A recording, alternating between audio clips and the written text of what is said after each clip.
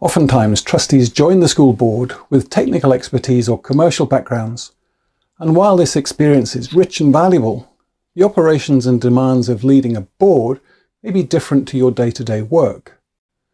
This video explores some of these challenges and identifies key strategies to help you transform into a successful board chair through ensuring that your meetings are engaging and so the work of the board is more productive.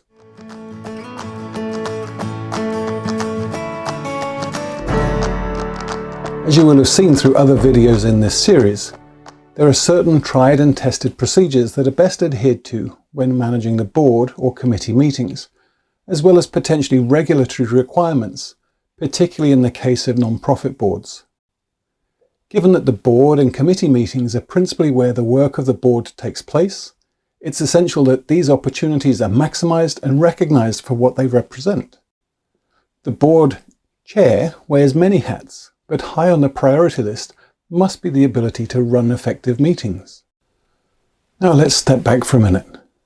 Perhaps the meetings you have in your own organisation, maybe they're formal, maybe they're more relaxed, but most of the time in your workplace, there'll be a commonality due to the fact that you're all in the same company and you may mix or work with those colleagues regularly, so you know them both personally and professionally. A school board may be different, where people may have their own agendas, and because of this you can expect to be challenged even on procedural matters, perhaps more than you would expect in your work environment. Since the trustees may have been elected or perhaps appointed, and who come from diverse cultural, social, professional backgrounds, and because particularly if they are parents, they have a vested interest and an emotional connection to the school, discussions and relationships need to be carefully managed.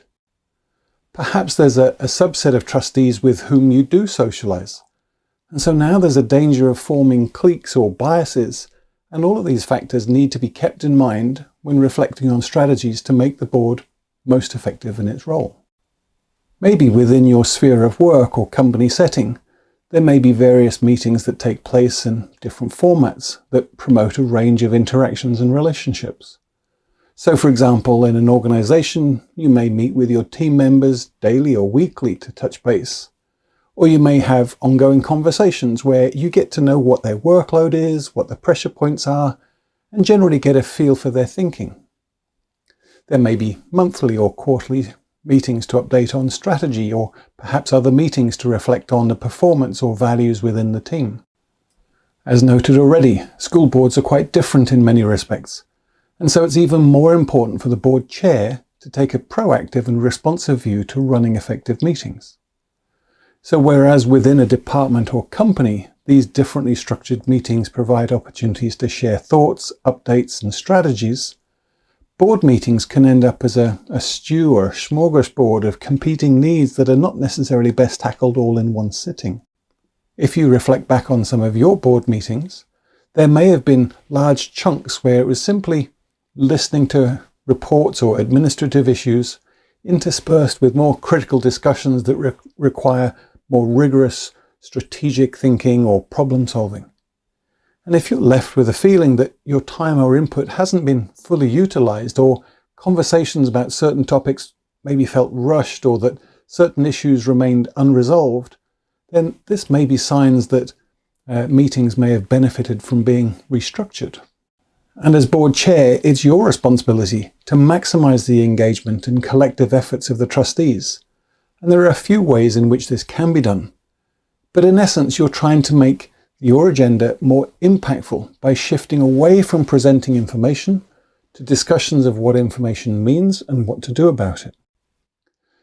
Since you may know some of the trustees personally, but maybe not all of them, and not necessarily through the common platform of work, for example, there's an opportunity to build some personal rapport with the trustees before the first meeting, which would be especially important for any new trustees, but also between meetings.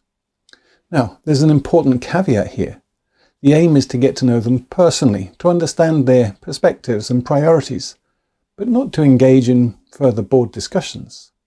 There's a real danger ahead if you start having board meetings outside a board meeting, so to speak, especially if other trustees and the head of school are not present, since you could easily fall into the trap of being manipulated or making assumptions, which is generally dangerous territory.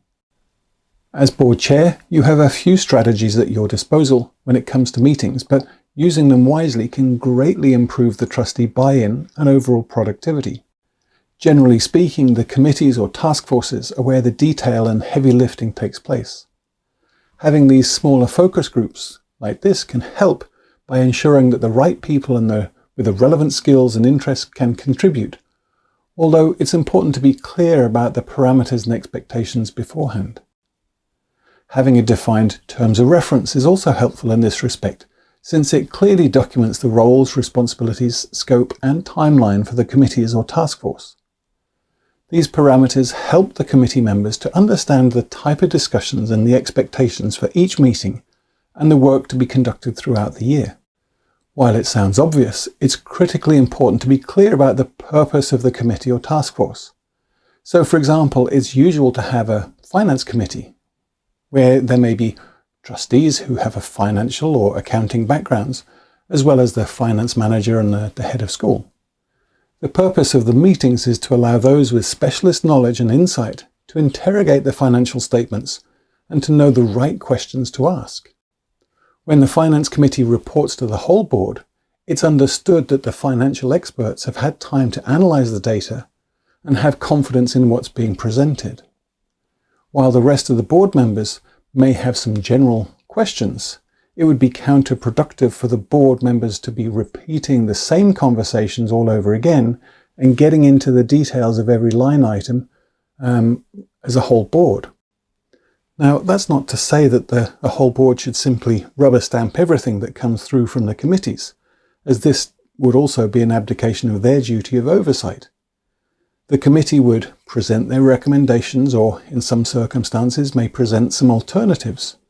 But at this point, the committee's report should be sufficient to satisfy any further questions from the board. If not, then as chair, you may have to push the issue back to the committee for further work and revision.